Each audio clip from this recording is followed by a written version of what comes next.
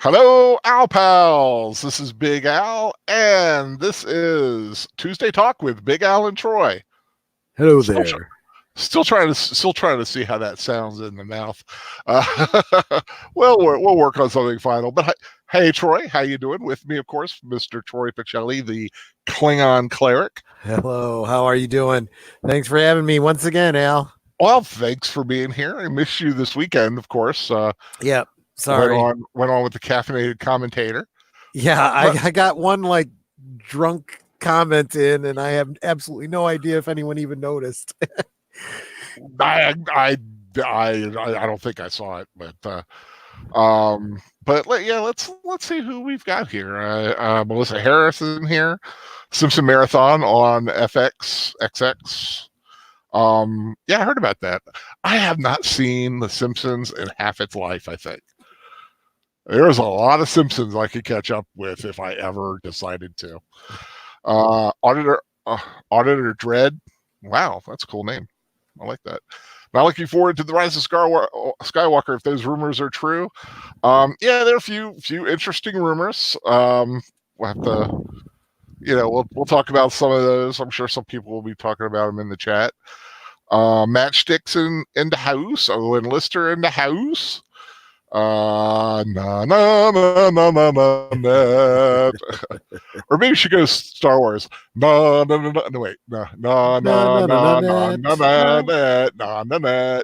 No, Oh, you're no, going with the no, no, no, you're no, going with the no. Imperial March. That's nice. I think it works better actually with the name. Not that she is uh imperial or evil in anything. Well, Well, she's imperial. You definitely never know. Imperial, just a different empire, more the Yeah, it's a Klingon different Empire. empire, but um na na na na na net na na na na na na na na na na na na na na net. Sorry.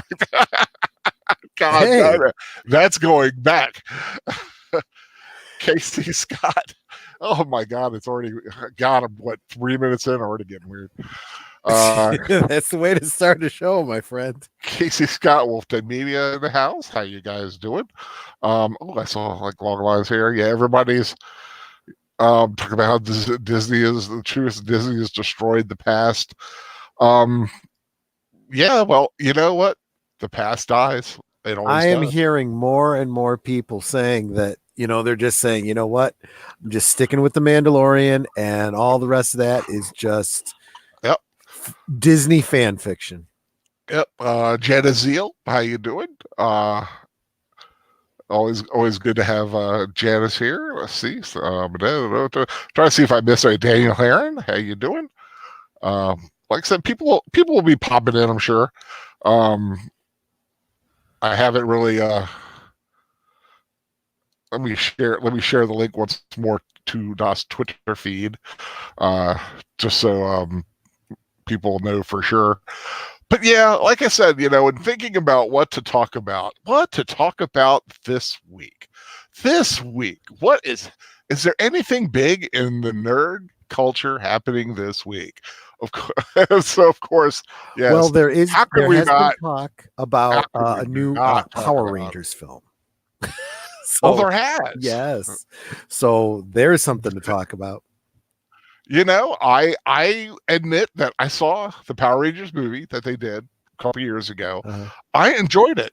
I enjoyed it thoroughly. I thought the designs were a bit weird, but I'm used to the guy in a suit running around with the as the Zord. So CGI sometimes, of course, it looks better. It looks more professional, but sometimes sometimes you got to put a guy in a suit and yep. just and have them do stuff. Like you can't do. Someone did I don't know if it was a fan trailer or a professionally done trailer for Ultraman a few years ago. Oh, Did you ever see that? I did not, but I would love to. Yeah, type it if you go and type in Ultraman trailer, it'll probably show up. But it just looked good, and you cannot do that with all CGI. You have to have a guy in a suit. because it just won't look right otherwise. Yeah. And Ultraman rocked. Ultraman was one of my big heroes as a kid. I would go around shooting things all the time, as I have said. See if anybody else is here. So far we got 10. If anybody, give me that thumbs up, I'd really appreciate it. And like I said, as more people come in, we'll see what's going on more. The prophecy about Disney has been fulfilled. I had hope one time. It's not true. It's actually one of the things I want to talk about. We have talked about the spoilers before. Fan Man's had a full video about spoilers. I don't want to go too deep into the spoilery issue. And yes, I know I had a couple other things that I wanted to talk about. We'll save those till later. Top Gun and Bill and Ted, because I know Star Wars is like the big thing this week. So I want to dive right in. Whatever, spoilers, whatever they are, whatever actually the movie is, which sounds like it's pretty much the spoilers are coming true, which is fine. Like I said, I want to see in context before I make, I haven't seen a lot, but I will say I'm hesitant on a lot of these, a lot of the spoilers I've heard. I am a bit, I have a little bit of trepidation towards the movie. I do plan to watch it. Don't plan to pay for it because really don't have that option right now. But I'm hoping to find a way to see the movie, not in the too distant future. But let's say we got the movie, it ends, Rey Skywalker has proclaimed herself to be, and yes, we're going to bring up spoilers. If you don't like that, fly, birdies, fly. Because we're going to be bringing up all kinds of stuff. Well, the fact is, we're not going to be bringing up any spoilers that haven't been going around the community like big time anyway. If you're following anyone else in the fandom menace, the big names, if you're following, Doomcock or Midnight's Edge or John Solo or, Mecha Random or any of them, you pretty much know. Well, let's face it, it's been confirmed this week. You pretty much already know the plot of the movie. Yeah, they had the premiere last night. So what they've got, they've got. So they're not going to make any changes at this point. I mean, there's just no way they can. I am sure, because everyone was talking about multiple endings to this film. They just didn't know how they wanted to end it. I hope they put those on any DVD release, because I do want to see them. Just out of sheer curiosity, just to get whatever feel, to see what could have been kind of feel. But we have a movie where everyone's dead that were in any previous films. Well, one through 6. And now you have the new crowd. You've got Rey Skywalker.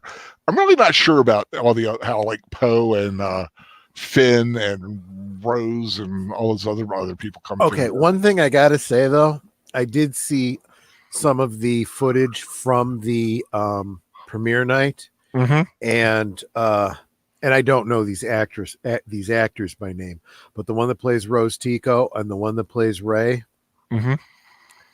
both look pretty damn fabulous. Just gotta say. My God. I mean, I am not going to dispute that Daisy Ridley is definitely in the kind of wheelhouse I go for. Kind of that she can look like a tomboy, but you dress her up and she is drop dead gorgeous. And the girl who plays Rose Tico, totally adorable. She cleans up really good, yeah.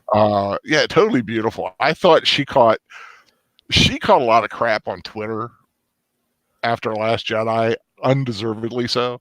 I never blame an actor for the storyline. Come on, folks. It's just an ignorant. Well, but if we're really honest, I'd say that most of the stuff going around, social media really wasn't. It was about the character. not about the actress. Yeah, but some there are the odd people that can't break. That's always going to be true. No, like I said, I'm not saying everybody. I'm not going to say it, but there are the odd people that just take on the actress over what the character did, and sometimes it bleeds in, and it's wrong. And I mean, I've seen people go crazy on an actor because of something their character did, and it's ignorant. I mean, that's hardly new though in the age of social media. I think that's like always been true. Yeah, soap opera actors. Oh yeah, I mean, they get crap all the time. If you play a villain and you did something to like the main person, they get crap when they're walking around New York or LA. They get crap from fans sometimes, and it's not fun. But I do have to say, it does seem like the chinks in the armor are starting to show, and a lot of the actors are starting to, be a little bit more open with their true feelings, so to speak. Yeah. And I've gotten the distinct impression that, even though, yes, it may end with most of the new characters still alive, I don't think any of them ever want to come back. It's like, we're done. That's actually one of my that's actually the kind of the question I was actually leading up to, is we have, however this film ends, what next? Does Disney take Star Wars in the route of Mandalorian, or do they wait a few years and launch right into another trilogy, or do they do solo films like Solo, Rogue One? Well, I'll tell you, all signs are pointing towards this is the end of the Kathleen Kennedy era. There's pretty much no doubt about it, and it's the beginning of the what's his name, Iron Man guy, John Favreau. Yeah, he's him and Dave Filoni, and those people are pretty much going to be taking over Star Wars. Yeah, because right now, Star Wars' brightest star in the Disney Star Wars universe is Mandalorian. Very few people have had anything negative to say about it. It has been, and I've seen all the episodes. It's been a solid show, and it has been like I said, they're following the one character. He's got few people around him. He of course has the sensation of a lifetime. There's one character, and he's being pushed around by a Mandalorian. No, the Mandalorian is the main character. He is the main thrust of the show. And if you watch the show, you do realize that. Yeah. Baby Yoda had his moments early, but had big stuff early, but now he's getting little moments, and it's all about the relationship between those two, which I think it's a beautiful thing. I honestly don't see them being able to carry Baby Yoda throughout like a season 2 of Mandalorian. I really see it. I don't know what they're going to do with him, but I'm keeping away from spoilers. I would really hope that they don't just go, well, we got to find a way to keep him around for marketing. No. Do what's best for the story. But you did say that you weren't hearing anything negative about it, and I have been. There have been people trying to manufacture negativity, and it's all about political agendas. Again. Right. Someone just mentioned Fan Man. Fan Man hasn't seen the show, so it's a discredit. It's not. No, it's not. I don't want to use that word. It's like I don't think it is a good thing for someone to put down one product because of their dislike for another product. You can hate the cinematic trilogy. That's fine. Everyone has their taste. But if you are just saying, well, I'm not going to watch Mandalorian because I'm not going to pay for it. I'm not going to watch Disney Plus. It's just out there. That's your right. But don't diss on Mandalorian, and you know, you can just say you had no interest in it. It just doesn't interest me because I don't like what Disney's doing, and that's fine. But you can't discredit Mandalorian unless you watch it. Now, if you watch it and you generally dislike it, good on you. You know, whatever your reasoning is, that's great. But it's just I like I was saying though about the tides turning. I was shocked today when I saw the tweet, and I shared it around, and I'm sure a lot of you guys have seen it too. Scott Mendelson of Forbes magazine. I was amazed. He said, and I quote, "At worst, I expected The Rise of Skywalker to be a well-made movie that I didn't like or whose story choices I disagreed with.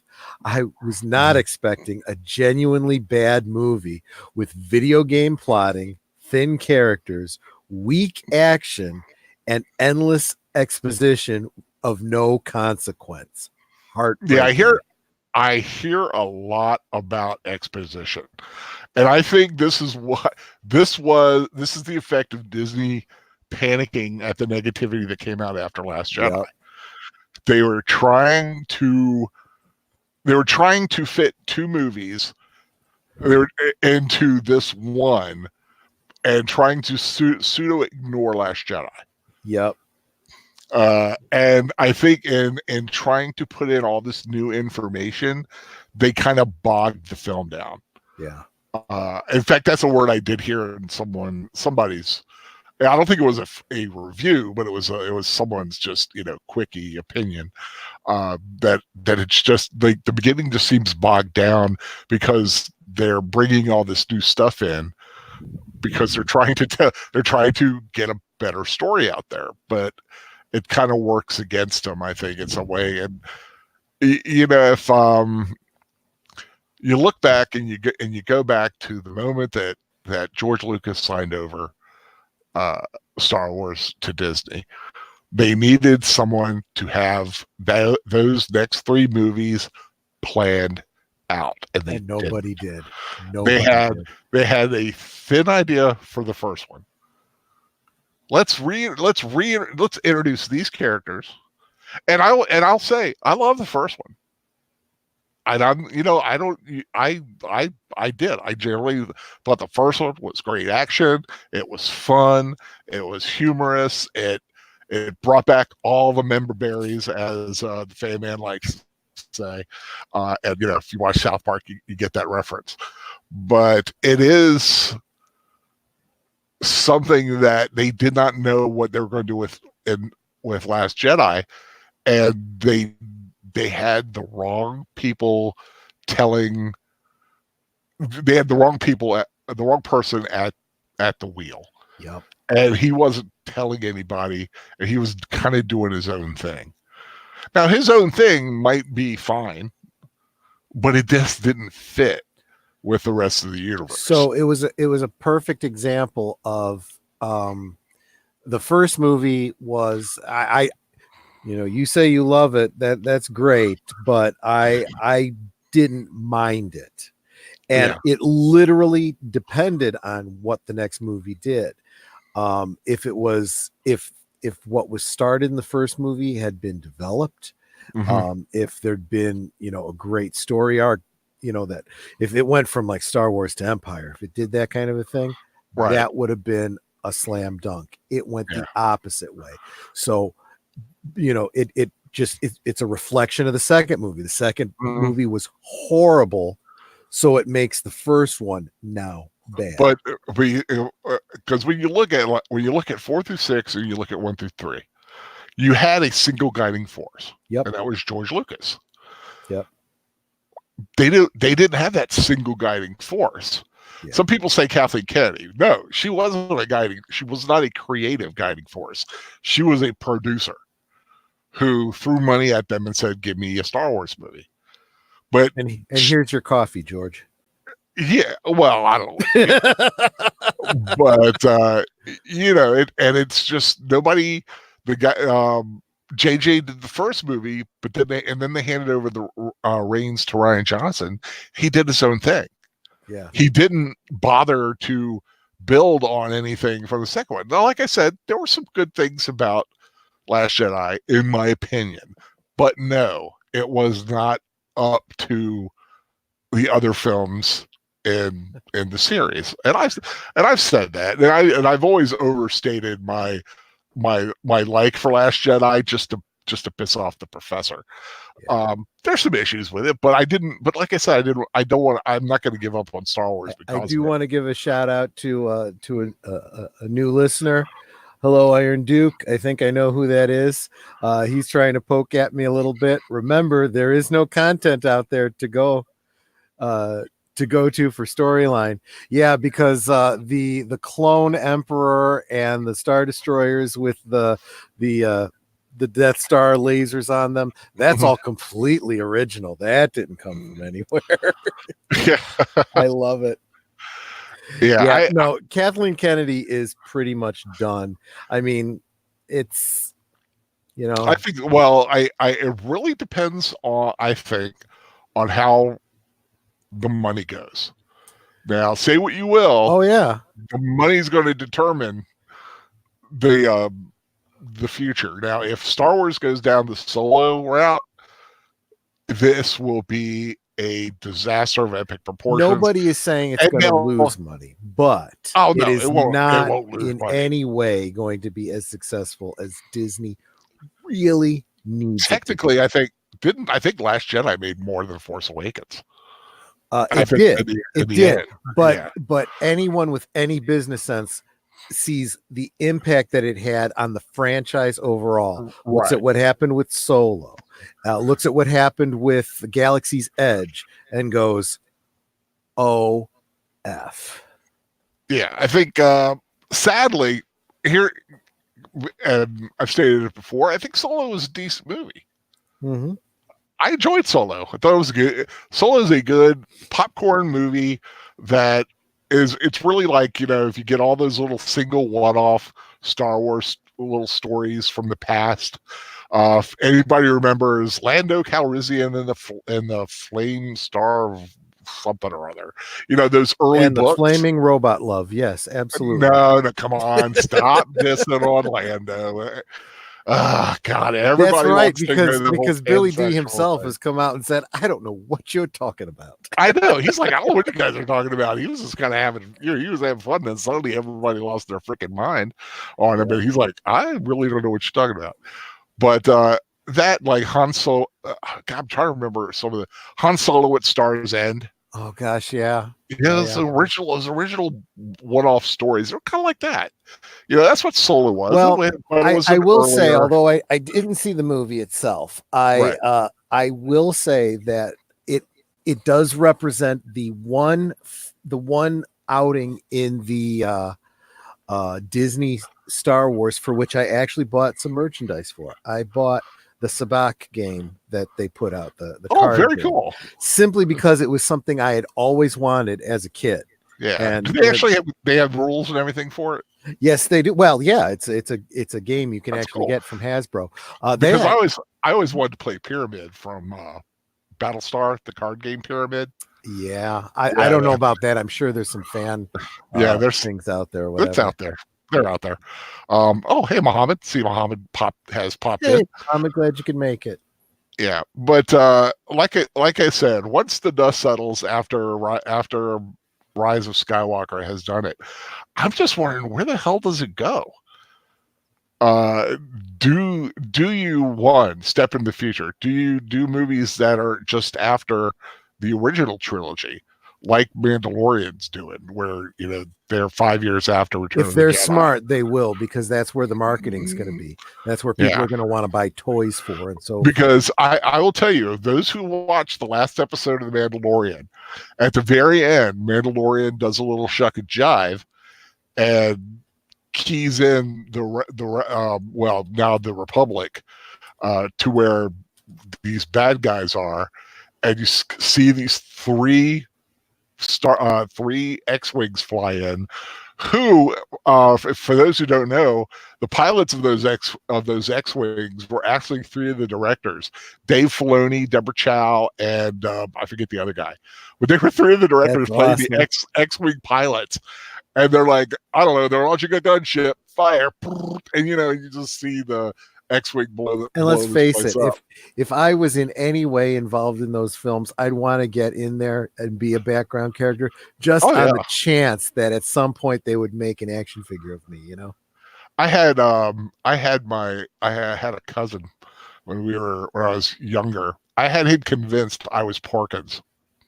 Oh gosh, that is funny. Now think about how Porkins. That's me. That literally is what I looked like at the time. The mustache, the beard, and it was darker. I was a lot younger, but I was a big guy, and I like Porkins because hey, he's he made I'm sorry, the X-Wing gave up on him. It wasn't his weight. He had some trouble with the X-Wing. The X-Wing unfortunately caused his death. It was that green laser beam that hit the ship. Yeah, probably did it. But I had my cousin convinced I was Porkins, and then he started to go, "But you got killed because he's really young at the time." So I'm a teenager, and I'm a smart ass at the time. Yeah. And he's like, well, if you survive, did you get a medal? And I was like, well, as a matter of fact, I did. Now, this is after I had gone to a Shakespeare play, and I had bought like this big giant gold medallion, and I showed it to him. See?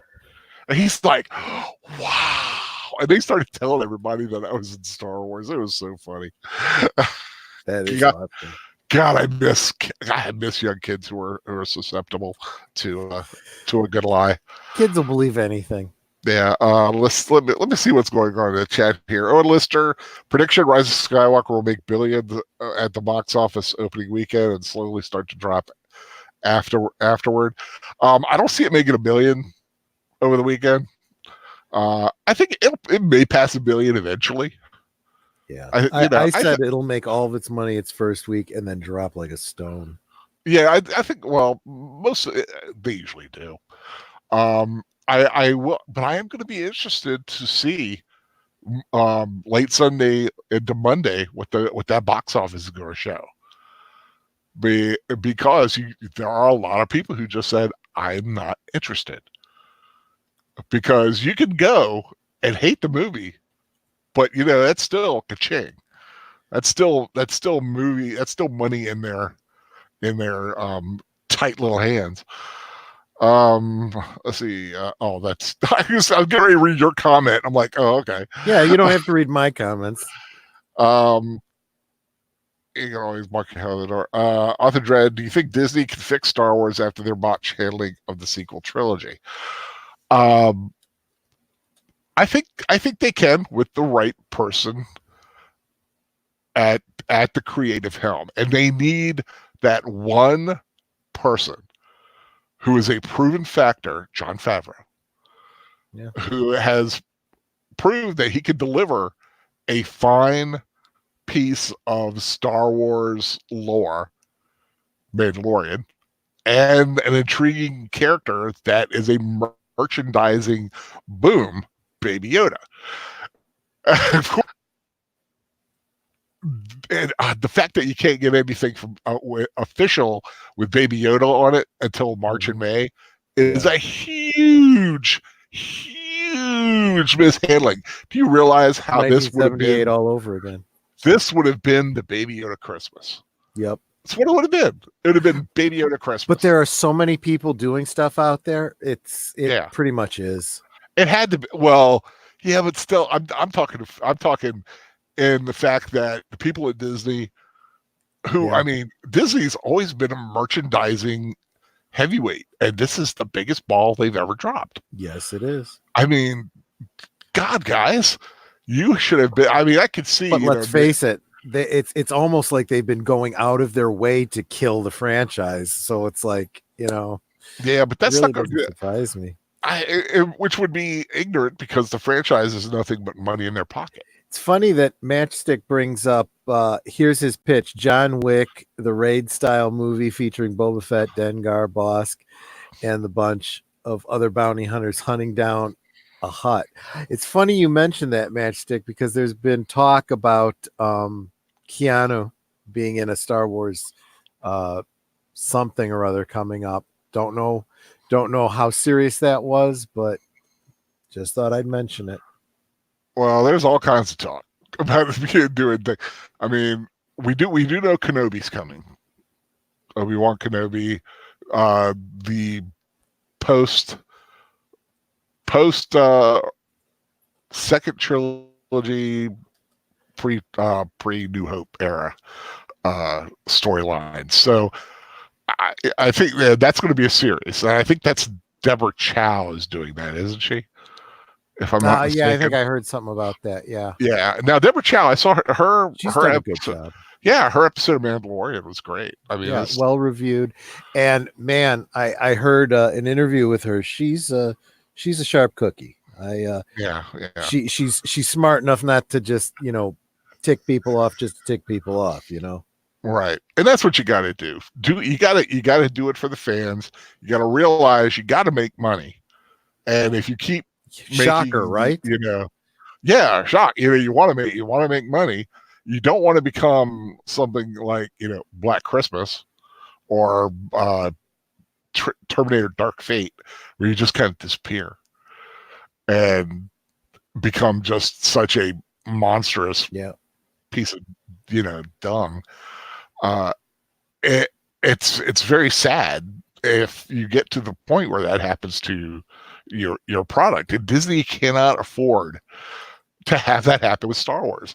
They have built an entire piece of Disney World, Disneyland, to be a Star Wars thing. Now, yes, they have morphed it into their Star Wars thing, the Kylo Ren, Rey, First Order one, which is fine. But if you're going to do it, you got to make it good. I don't see if those characters keep being able to continue Galaxy's Edge, though, because they don't resonate with the public like the original characters did. And even with the original, and even with 1 through 3, no one from 1 through 3 really resonated the way that Luke, Leia, Han, Chewie, R2, and 3PO did. Yeah, well, but you know what? That's all about character development. Was it John Boyega who said something about how bothered he was that the main new characters never really got it to bond together? And it's true. I mean, you needed to have them together, interwoven, developing, and working off of each other with the dynamics that you saw with Luke, Leia, Han, Chewie, and the droids. I mean, and you can have your instance of separation. I mean, look at Empire. They separate right after leaving Hoth. Sure.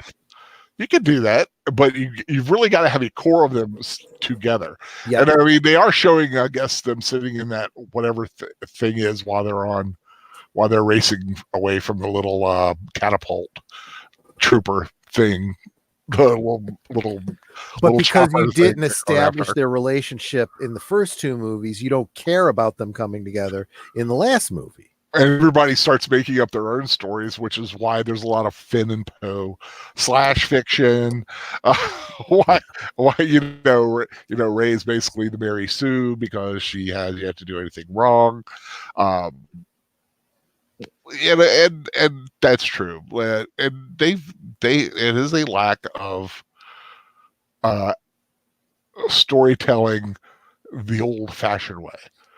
Well, and that's what's really crucial. I think you set aside all of the talk about fandom and canon and all that kind of stuff, and get back to what that critic from Forbes was saying.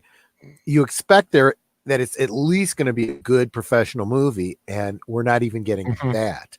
The storytelling, the basic, simple storytelling isn't even there. Yeah, that's a huge problem. Because like you said, there's for what I hear, they're spending half the movie trying to make up for the second movie. Yeah. Which isn't going to work. Yeah, no. I think, I don't, like I said, I don't know, 5 years down the road, what is Disney's Star Wars product going to look like? Is it going to have the big cinematic films, or is it going to be Disney Plus streaming shows? And that's going to be, I mean, right now that's where the question is. There's been talk about another trilogy, but then there's also been talks of those trilogies going, bye-bye. So, well, like we'll see. All I have to say is 5 years from now, have a now grown up Yoda, but whatever his name will end up being, the child, and he'll be your new main character. I don't know. I'm just I really would like them to get a name for this character. Yeah. Because I just want to know, does it have to start with a Y? We have Yoda, we have Yaddle, we have Yemeni. I don't know. That's true. I mean, will they ever come up with a name for him? Because we still know nothing about the species. Yeah, I've heard so many people saying it's not Baby Yoda because it's not Yoda, and it's like, know. It's what you gotta we know that, but we have to call him something. Yeah, you just can't call him the child forever, because it's just whatever. Baby Yoda, everyone knows what you're talking about. It's just what we don't even have a race to refer to. No, we don't know what he is. All we know is that he is a 50-year-old baby of Yoda's species. Suggests the name Yodel. Yodel. Yogurt. Oh no, that one's already taken. No, yeah. Like I said, and will we ever get a backstory for him? Will we find out who his parents are? I kind of hope not. You want to keep that kind of mystery. There's kind of like Yoda is a very big mystery. Right. You don't need to explain a lot, but at least I just hope the Mandalorian gives him a name. He did call him you little womp rat once, which I thought was cute. Okay, Matchstick wins. Yoda 2, Electric Boogaloo. I'm all for that. Yoda 2, Electric Boogaloo. Oh, Lord. Take care, Crizzy Kitty. Thanks for stopping by. Bye, Crizzy. Yogi Bar. Yogi Bar. Well, there's some good names that people are coming up with. Well, see, and that's the worst part about all of this. If they paid attention to what the fans say, the fans actually have some brilliant ideas. Mm-hmm. Some of these fan theories out there are better story ideas than what they're actually putting on film. Oh, that's been the case for years. Like when you read, if you ever go to fanfiction.net and read some of the stories that people put out there are some brilliant damn stories. Some of them are pretty much trash, but most of them are genius. But there are some really good writers out there with some really good solid ideas. Yep. And but find one, look for one, and it's like, hey, we love your idea. Let's work with it. We're going to pay you a ton of money. They don't even have to, though. These are our characters. You just put this out into the public domain. You can't copyright it. So ours, well, can you? But can someone steal something right off of like a fanfiction.net? No, they'll probably change it just enough that there's nothing they could say about it. Because how do you sue for that? That's true. I mean, you could sue and get. I'm sure you can sue and get a little something. Even if you, it's like, hey, I just want to. Hey, you're using my idea. It's obvious. At least let me meet the cast. I'd be happy with that. Like just doing that in some cases. But yeah, no, I don't know. Oh, Matchstick's just throwing them all out there. Yeah, Daphne, Yelma. Yeah. Oh, I see you. Yeah. Oh, I'm sure. Wolfted Media, my favorite fan theory was the one about Jar Jar Binks. And some people won't even hear me out on it, but there's some videos out there that are incredibly compelling. And I do think that if that was George Lucas's plan all along, the whole drunken monk concept, I think that would have been genius. Was it I saw the word Beskar in there. Is Beskar stronger than Cortosis? Okay, first I don't know what Cortosis is, but Mandalorian armor, as proper ones, are also made of a lightsaber resistant metal.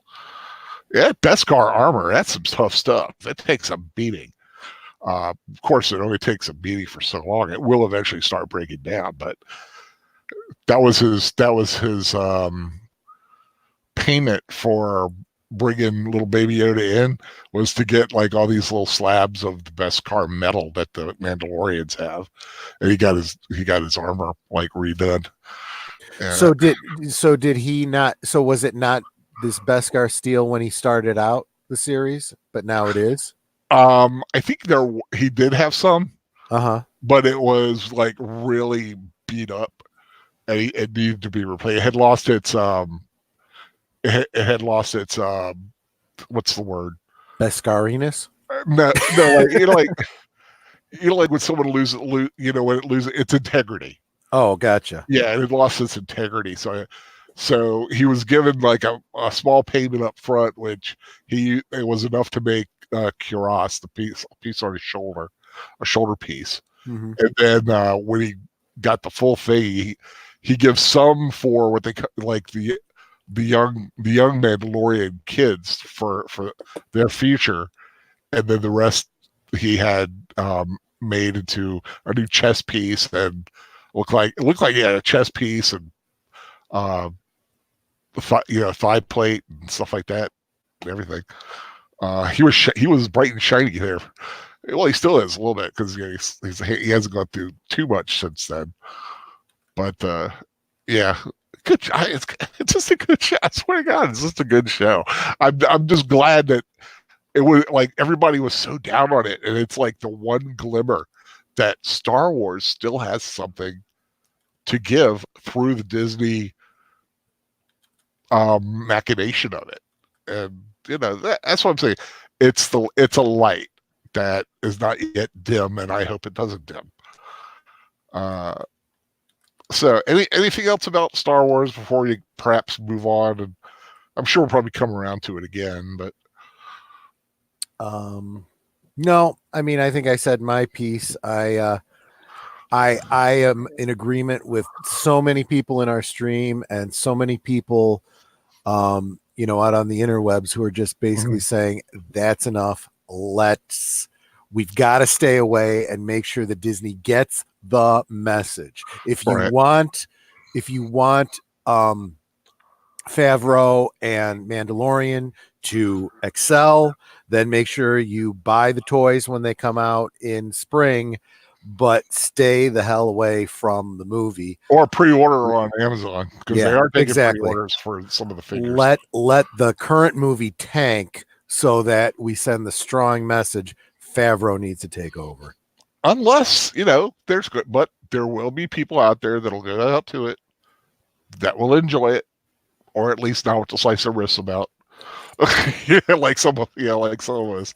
And don't harp on people because if they actually do like it. If they like that's not what I said. I just said that if you don't no. I'm just saying Kennedy to continue, send a message, speak with your wallets. Yeah, I'm not saying to go club someone over the head who's actually no. But I was just kind of throwing it out there in addition. Like I said, whatever your feeling is, follow through. But like I said, if you hate it and someone comes just like, oh, I saw Rise of Skywalker and I really loved it. I've loved all three of these movies. It's the best thing I ever seen.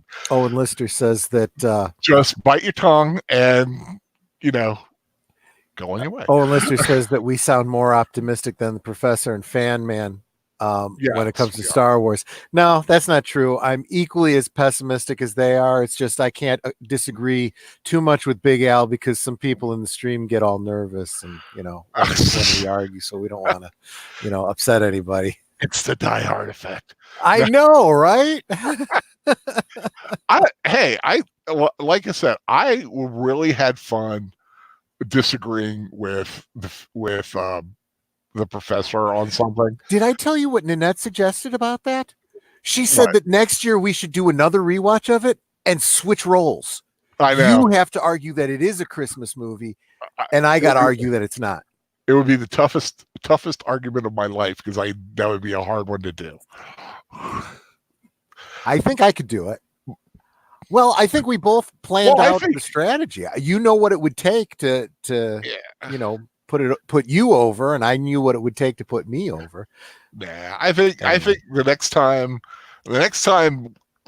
if Die Hard becomes a yearly ritual, I think the next time we just enjoy the film, and just talk.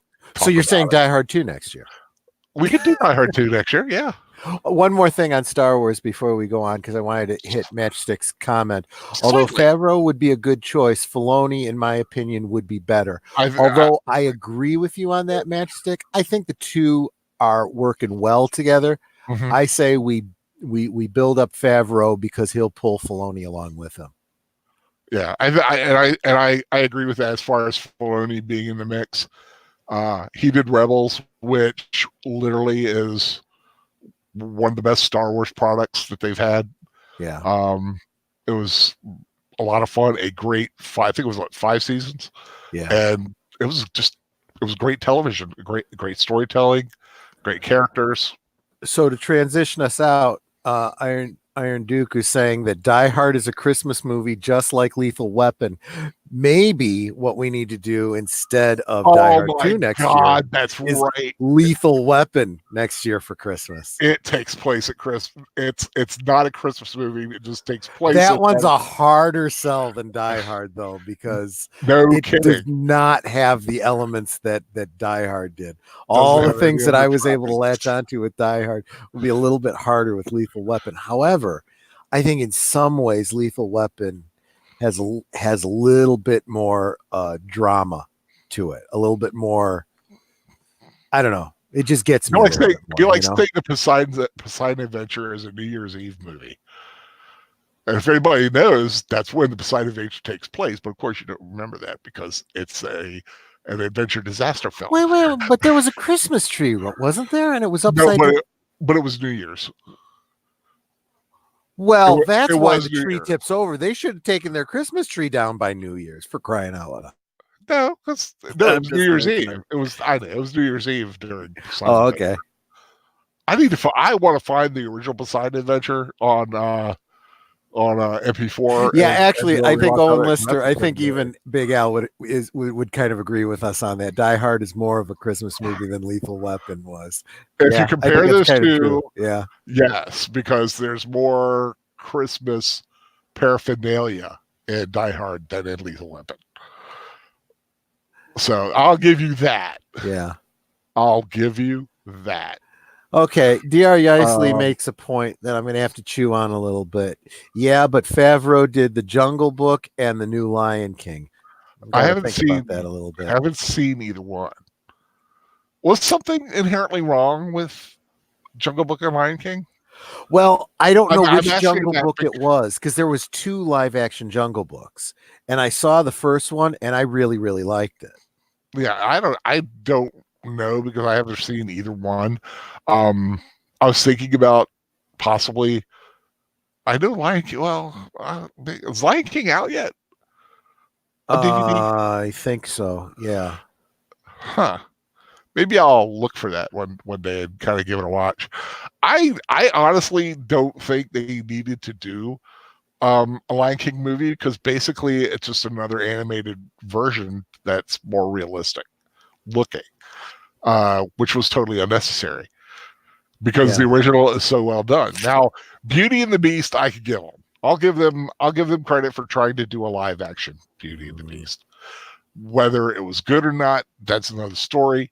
Some of the little things, of course, leaked in there. I give far more latitude to movies like Maleficent and yeah. Something new original. Something that's completely original. You take the characters, you do a prequel, you do a sequel, you do a whatever.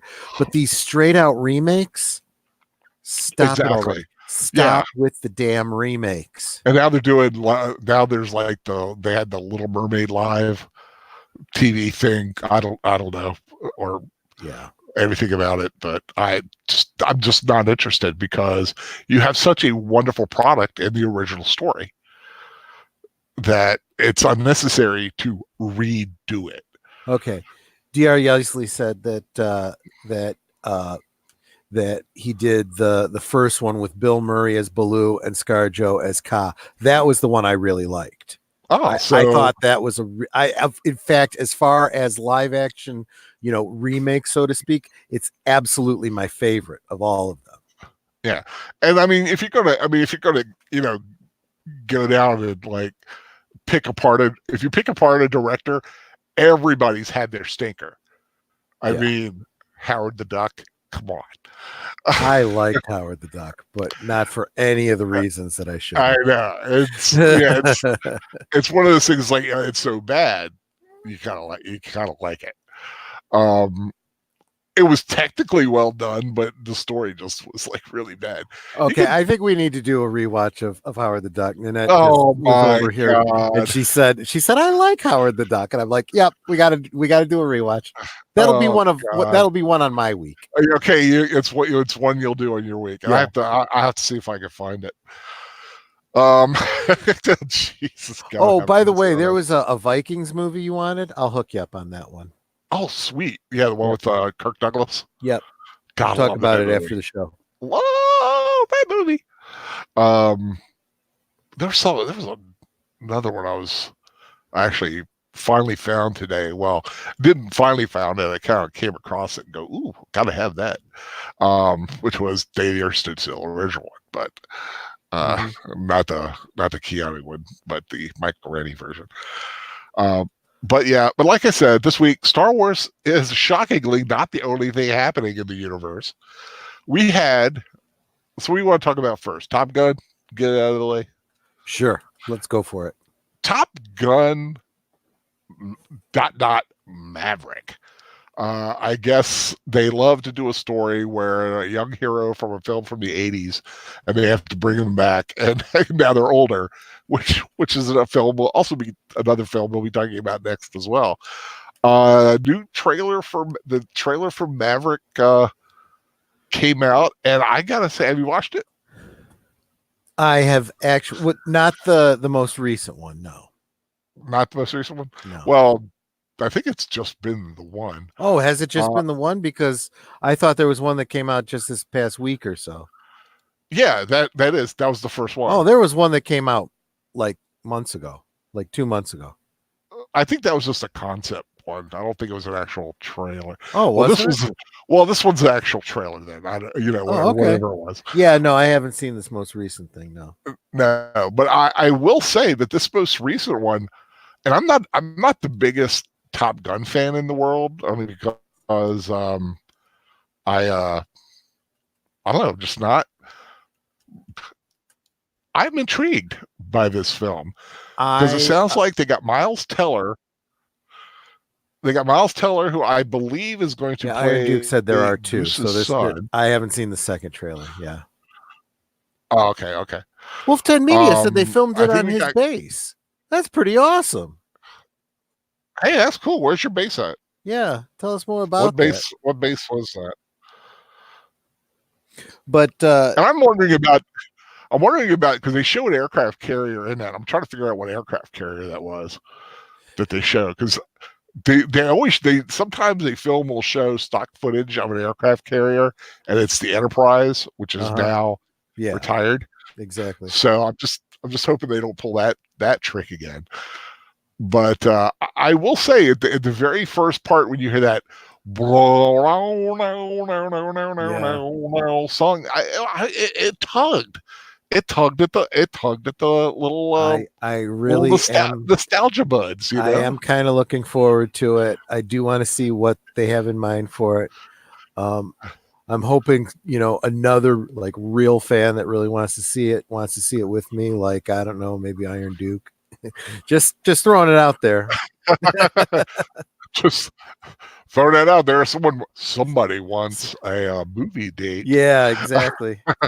with a man called Iron Duke, I'm which just sounds saying, really, anywhere scary. here in the Midwest, I'd be happy with. But yeah, that was I was what I was talking about. I have a friend of mine who I have offered for them to do a rewatch, North Island, and California and neighborhood.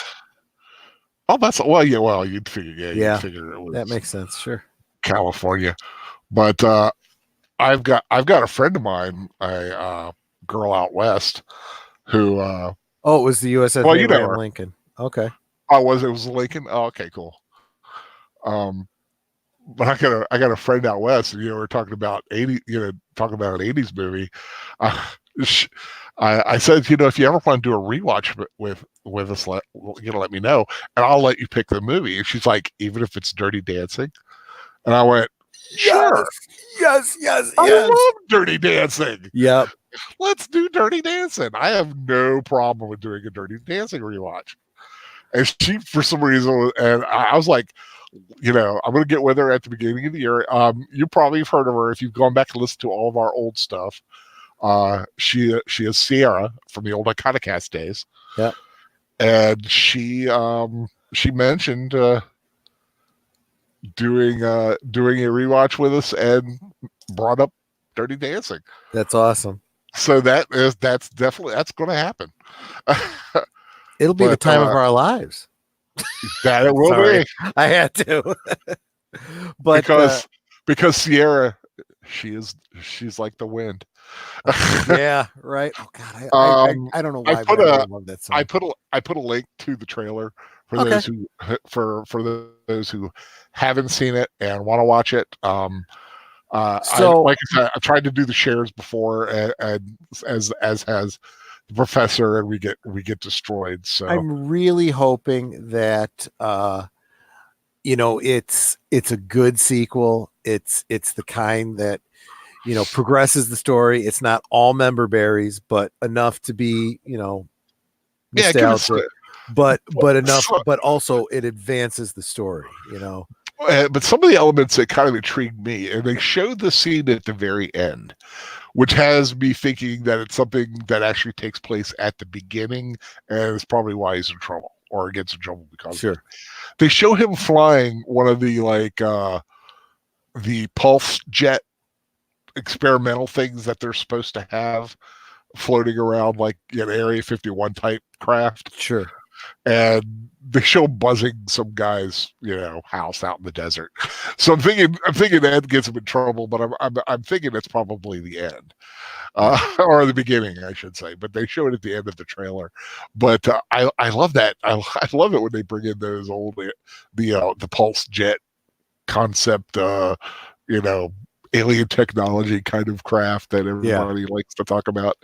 But like I said, with Goose's son, I think that'll be a nice dramatic tension because I hear he blames him for his father's death, which is a legitimate kind of.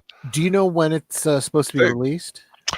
I'm thinking May or June. That's good because I want this to be a summer movie, or it's late spring, early summer. Yeah, it's definitely a summer movie. Let me look here for sure. Top Gun, Maverick. But yeah, and because I'm just thinking we need to do a rewatch of the first of the original Top Gun. Yeah, absolutely. Yep. June 25th in Singapore. So whenever it's like I say, it's around there. So it sounds like it's going to be right around the June 26th, I think they're looking at right now. So around there, and looks like Iceman's back. Val Kilmer, who's been having health issues, it'll be interesting to see how his character will be portrayed.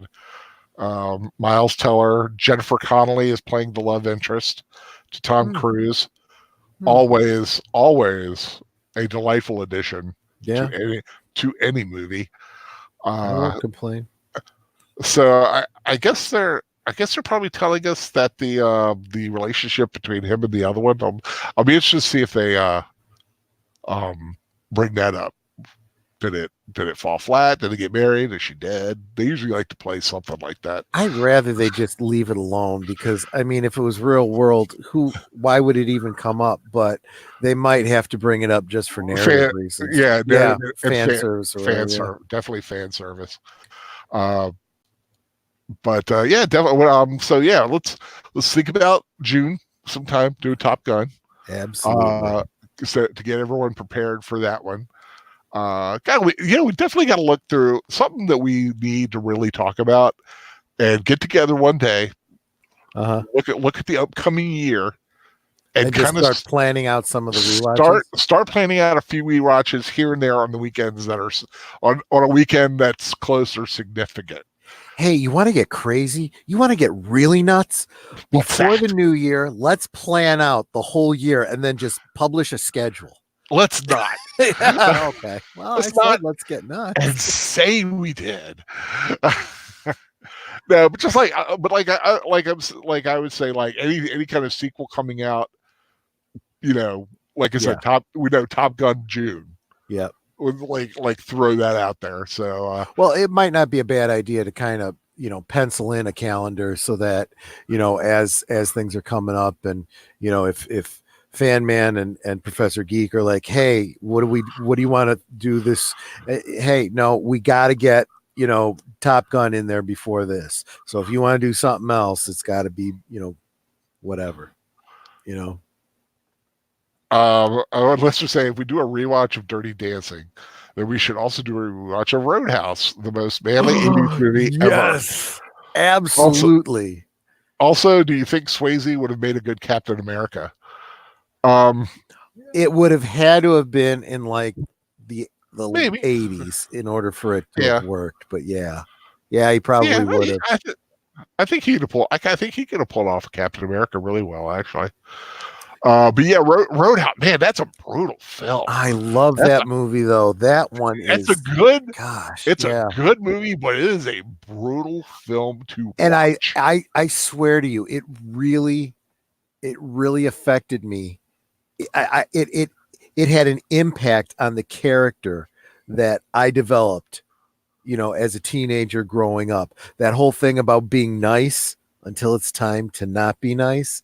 I have lived by that. I really have. Yeah. Yeah. They're saying why are they using F-14s?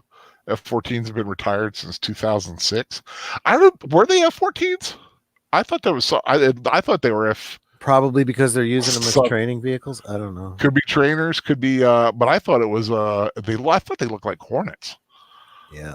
I didn't think they looked like those F-14s are big.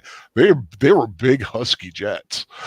they were like jets on steroids, like the F6. Then you had the F-16, which kind of was like your sleek little bad boy. Yeah. Then you had your Hornets, which were kind of your lowriders. Agent Boomer, I want a rewatch of Wrath of Khan. I'll tell you what. In the new year, I'm planning to really be kicking off the Klingon Cleric channel, and I may start doing rewatches of some Star Trek stuff over there. I think that would be a great place to do that. Yeah, I like to do I'd like to be in on some of those, maybe. Absolutely. Oh, absolutely. Because I'd like definitely want to do motion picture. I think is a fun. I still think motion picture is a lot better than a lot of people say. It is. I think it could be edited down a great deal. It can be, and also, of course, the uniforms for me were the biggest disappointment, but everything else for me worked. So I heard a little bit of trivia about those goofy looking belts. Apparently, they were trying to go with the story idea that came out of the animated series, where they had a belt buckle or belts or whatever they were that put up like a force field around you.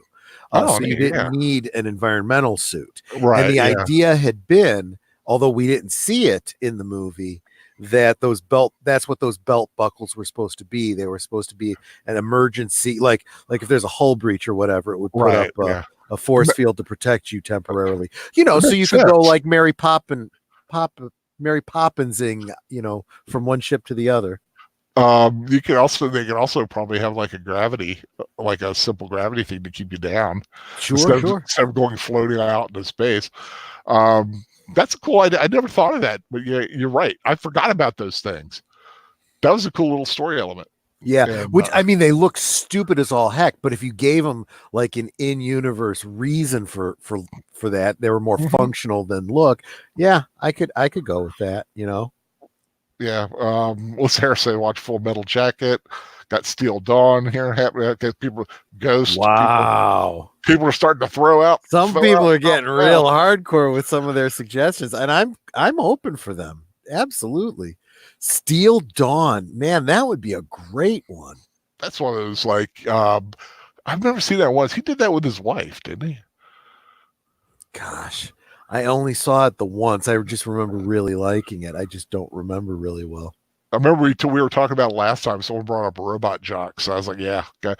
I found that. Definitely got to do Robot Jocks. Yeah, gotta do a Robot Jocks rewatch. For just a fun night of just weird, a weird movie just to get out of the way. Oh, and that's got a great one. Good Morning Vietnam.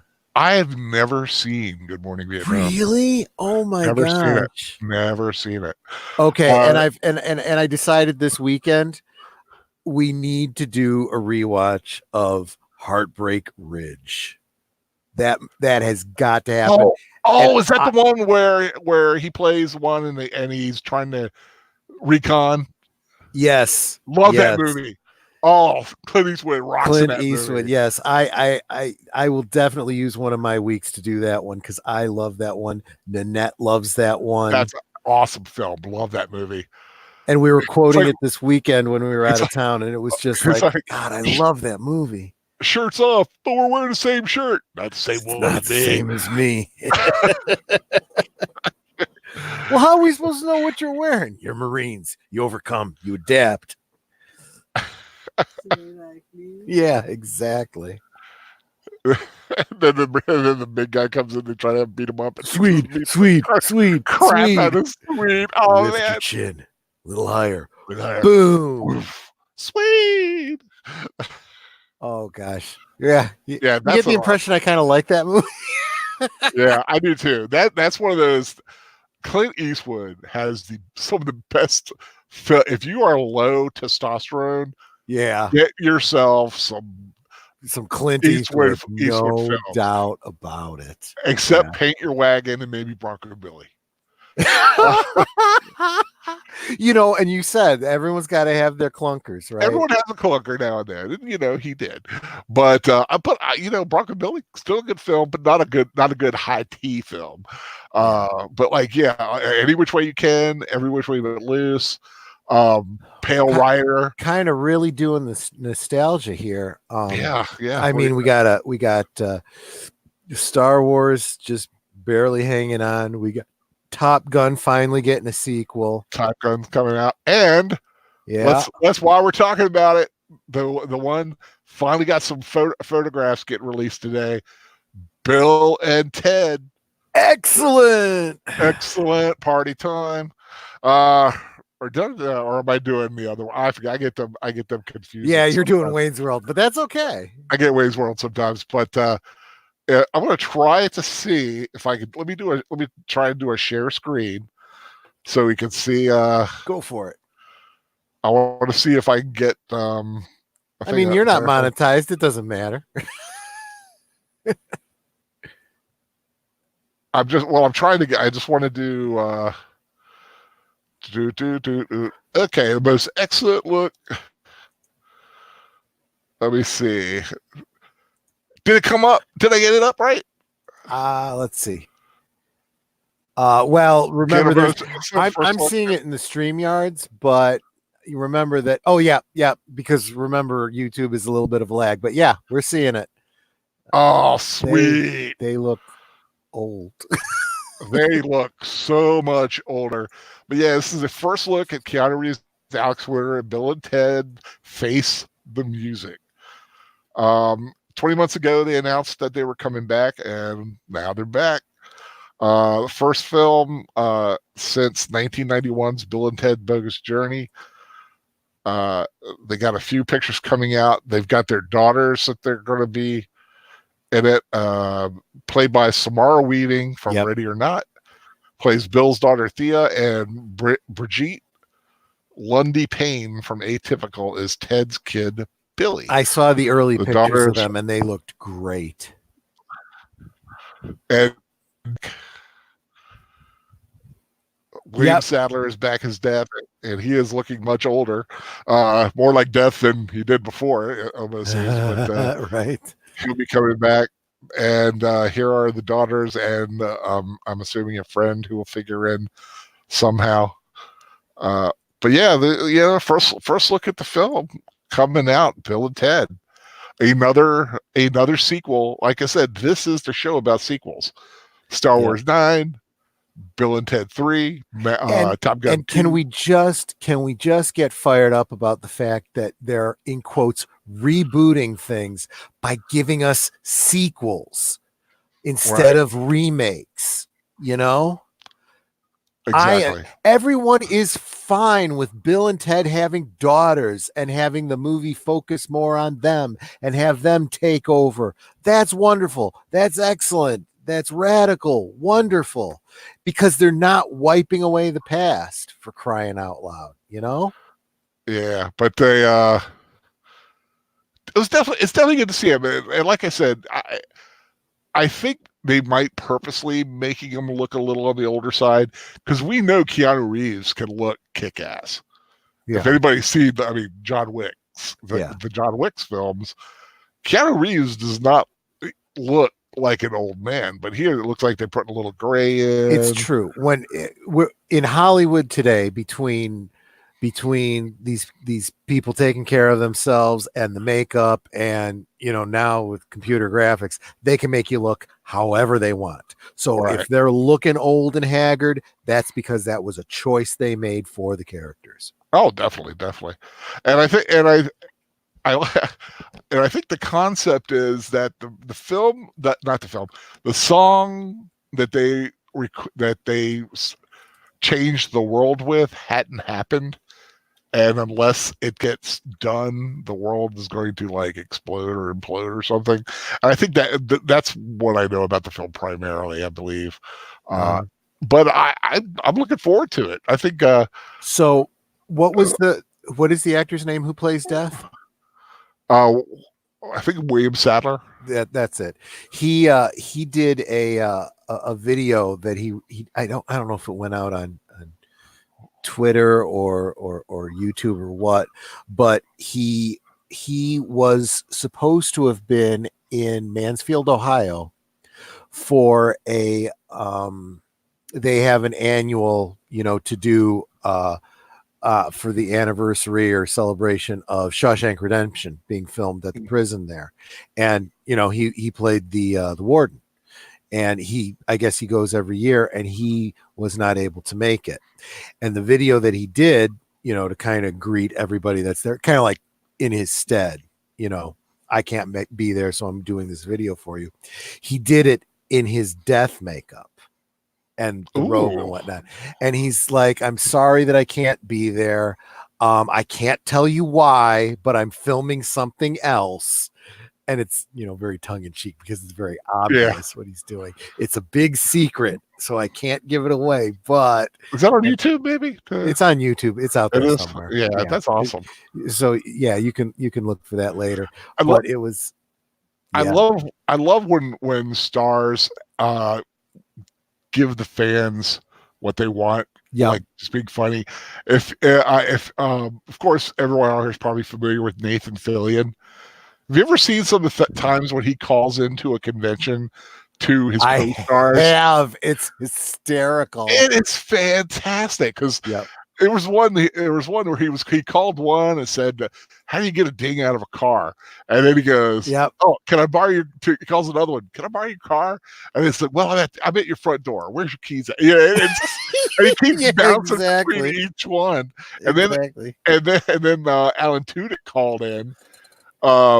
He says, "Yeah, I'm looking for Nathan. He borrowed my car. Do you know where he's at?" That's brilliant. It was fantastic. But yeah, oh god, you gotta love Nathan Fillion. He's one of the guys I really want to meet that I haven't met yet. Get his autograph or whatever. I'd love to have his autograph even if I didn't meet him. But Sure. he has definitely been known to be a big. Wow, that sounded like an owl breath, and it wasn't for me. Yeah.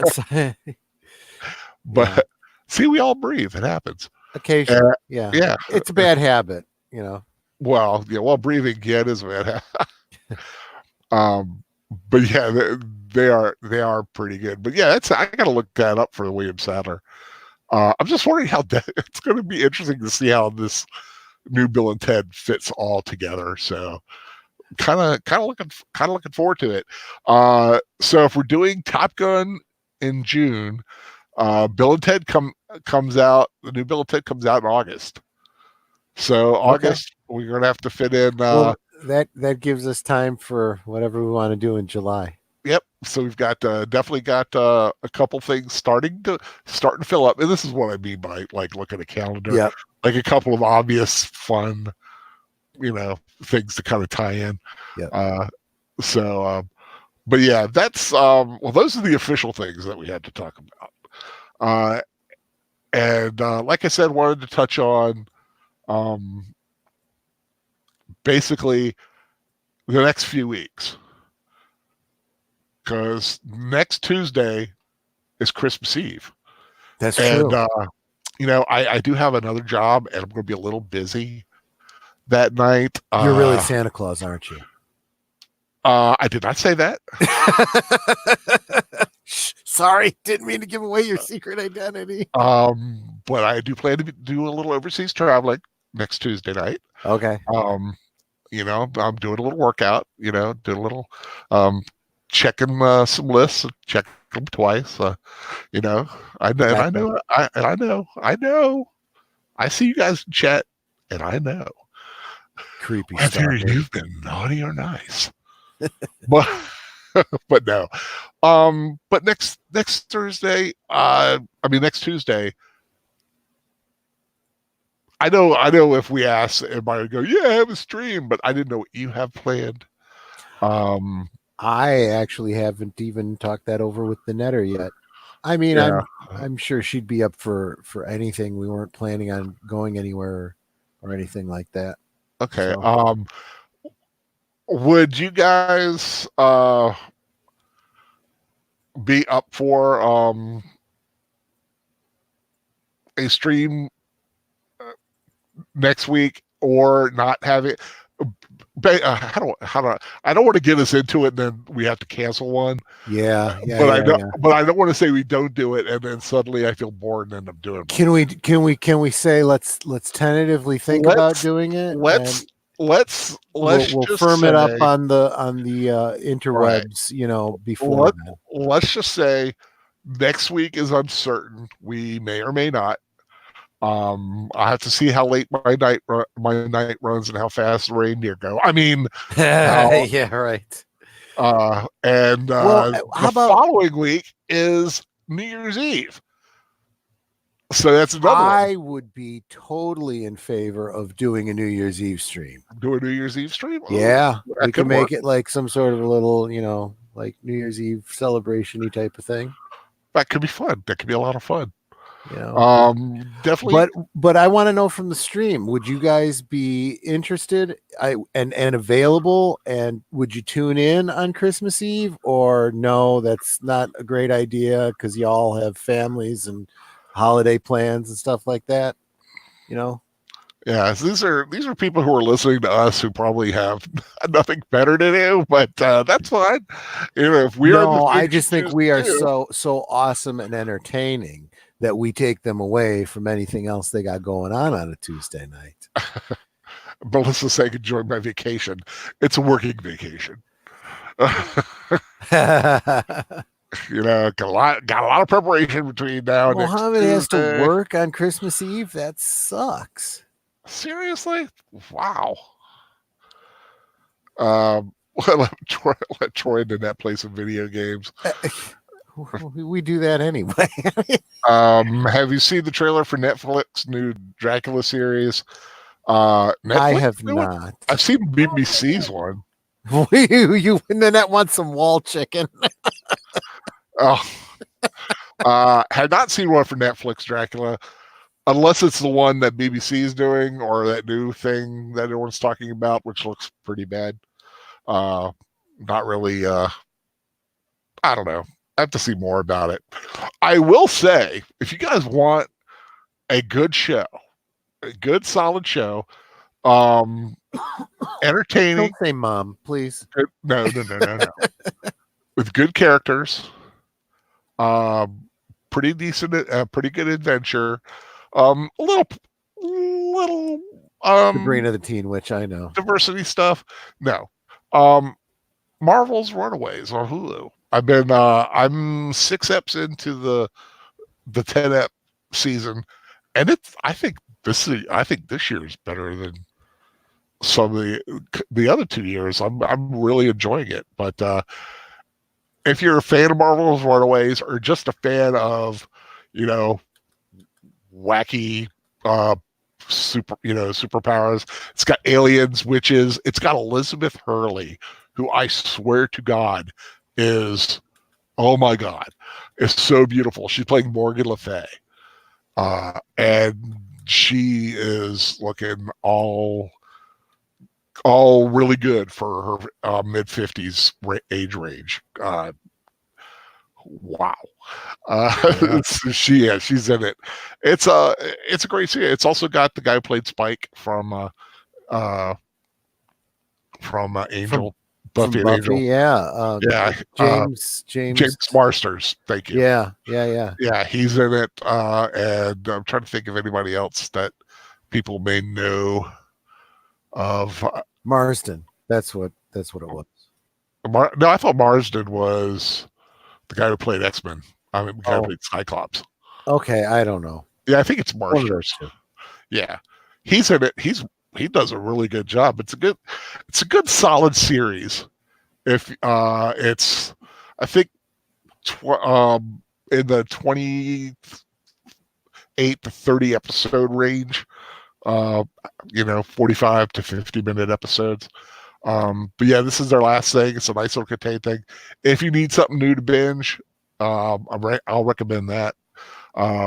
Straight up, I'm enjoying that. Okay, 4 episodes left, and that's going to be it. I'm going to be so sad. But anything else to think about? Do you have any recommendations? No, do you guys stream anything, or like I said, I was really kind of. I was trying to think of something this week, and I even went through all my geeky streams, and all the news is Star Wars. So I was having a hard time coming up with any additional topics for this week. It was just, But sorry, caught me in a drink. Yeah, this week it just is. Like I said, it's a week everyone's staying away from anything too big. Last week we had last week Jumanji came out. It did, I think, in a $80 million, $60 million range, which I'm really surprised it didn't do better. I thought it would go over 100, and it didn't. So that shocked me. I just didn't realize it had come out because I had wanted to see it. Yeah, Jumanji. The first Jumanji film was flipping awesome. I thought. Yeah. It was a great concept, a great way to modernize the original concept. And this week, of course, if you don't want to go see Star Wars and you like little kitty cats, take internet to see it. There's cats, and not my kind of thing, but you can definitely tell us, next time. Visually, it's going to be nightmare fuel, but I love the soundtrack, so I'll still enjoy it. Sometimes you go, sometimes you really get lost in the soundtrack, and you really get up there. And well, speaking of songs, Saturday night, Oh yeah. on your channel. Well, before that, we gotta explain the whole whys and the wherefores. So Oh well, because they're doing this crazy, stupid, remake of Black Christmas on Friday night. Fan Man is going to be doing a rewatch of the original 19, what was it, 70 something or other, 1974. 1974 Black Christmas with Margot Kidder. And so we'll be checking that out on Friday. So I said, to offset that, on Saturday, let's do a rewatch of Bing Crosby in White Christmas. And I think that is a brilliant double feature, actually. And I haven't mentioned this yet, so I hope I'm not putting her on the spot, but would it be cool if we got you and me and maybe Nanette and the caffeinated commentator, all four of us, for Saturday night? Would that be possible? I talked to the caffeinated commentator. The last couple of days, some things have come up. Oh, okay. So she may not be doing any streaming for a while. That's too bad. I'll explain more. No, yeah, that's you, fine. But that's all I'm going to say. I just thought I'd throw that out. I thought it would be so great to have two girls and two guys, just like the movie. But that's okay. I understand. Dude, bring Nanette. She is more woman than the normal woman anyway. So all the woman I need. All the woman you need, and she could be a mother figure to me. Fair enough. There you go. Mommy. Yeah. Okay, don't make it creepy.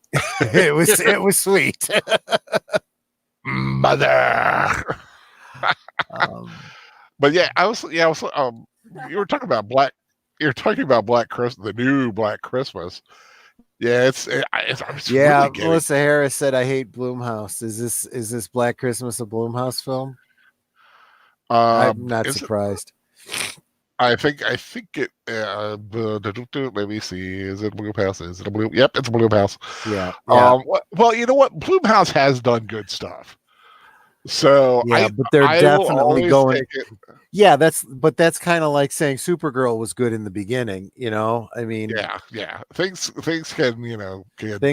things can change. Clearly. It grossed 4.5 million over the weekend, which and a worldwide total of 7.6.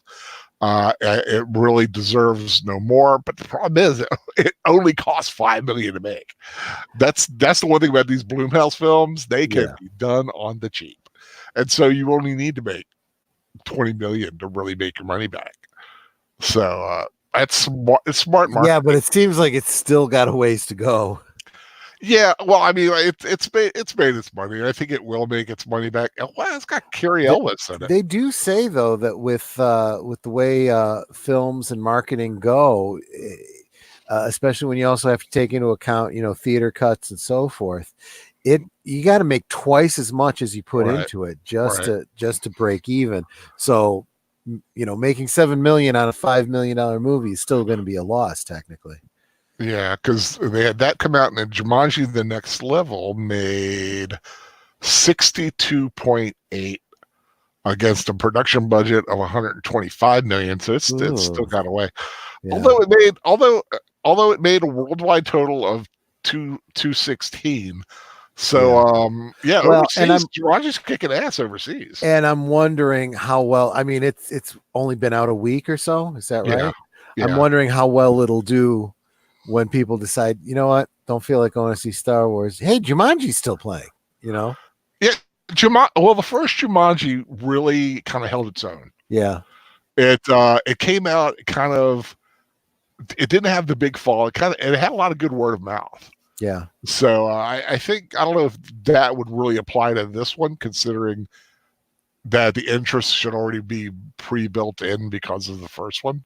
Sure. Another film that just came out that I've been interested to see is the one based on Richard Jewell Clint Eastwood's directorial direct. Oh Director. yeah. I'm interested in that one too. Yeah, that. Although I can definitely tell that. I know it did make a lot. It did not make a lot of money, but I can also see where people just might not know a lot about who Richard Jewell was. Right. And it may not be. I think they've got to use Clint Eastwood to kind of sell the film, and I don't think they really did. Yeah. So if you don't know who Richard Jewell is or what the whole story was, you're like going, "What's this Richard Jewell movie? Is it about a guy who does jewelry?" No, that was a big thing. I remember when that all happened, and I remember when it came out that he was innocent, and because he was just an awkward guy, and God, it just was terrible. People still think he was the bomber, and he wasn't. They actually have caught the bomber. But it's that's another movie to consider. So if you're dead set against Star Wars, you've got Cats, you've got Jumanji, you've got Richard Jewell, you still got Black Christmas. So there's stuff out there, but definitely this Friday night, if for no other reason, stop by to the Fan Man's channel, me and the Fan Man, and I don't know if anybody else is or not, but we'll be watching the original Black Christmas. Like you said, Margot Kidder and Olivia Hussey is in it. And so that right there is worth price of admission in my book. Yeah. And then followed by the direct opposite of a film, White Christmas, on Saturday night, 10 o'clock. On the Troy Pacelli. Is it your channel's just Troy Pacelli right now, right? Yeah. Okay. Yeah. Troy Pacelli. So the link is down below. If you have not subscribed to his channel, and if you haven't, I don't know why. If you haven't subscribed to mine, I don't know why, and it would hurt my feelings if you haven't. But I get it if you know. Big Al has 120 subscribers. There needs to be a whole lot more. I should have at least 121. At least 134. Come on. No, I'm like everyone I said, here probably is already subscribed. Yeah, I may not have many, but we are mighty. The Al Pals are mighty, and the Pacelli peeps are just as mighty because they're pretty much the same people. I think the Pacelli peeps are nice until it's time to not be nice. There you go. You go full Roadhouse. Oh, listen, do you watch Family Guy? Yeah, we do. I like it when he goes, in a long time, when he does that. But Peter will do that. He'll like kick something. He'll just go Roadhouse. Yeah. Yeah, I haven't seen a lot of the last few seasons of. Are they still making the show? Family Guy. Oh yeah, I thought he was spending all of his time now making the Orville. No, nope. It keeps grinding out, and so does The Simpsons. And Simpsons is still on, and American Dad is still on. Is it really? American Dad is on TBS. Wow. Making and have been making new episodes. Speaking of Simpsons, I've been hearing a lot of people telling me I got to start watching Rick and Morty. I hear that too. I just never really get around to doing Rick and Morty. I just don't know. If I just never catch it. I don't know really when it's on. I would probably enjoyed it if I sat down and did it, because I know but I look at sometimes the animation can be an issue, and I don't know. It's definitely Bob's a style, yeah, like Bob's Burgers. Yeah, there's a ton of people that likes Bob's Burgers, and I've seen an episode or two, and I don't really get it. I mean, it's not my thing, which is fine. But it's just, I go, Oh, okay. Well, I guess some people just like it. Good for them. Just not my thing. Archer. You should be watching Archer. Archer. I've Oh yes. never seen an episode, but It's genius. yeah, I've heard good things about it. The first episode had me laughing so hard I was pretty much hooked. Yeah, I still remember when Ren and Stimpy came out. And I swear to God, I could not stop laughing at I couldn't make heads or tails out of half of it because I was kind of young at the time, but I was like some of it was so weird and gross and like exactly. bizarre. But then they had some like the history eraser button bit, and some of it really, when it worked, it really worked, and when it didn't, it really didn't.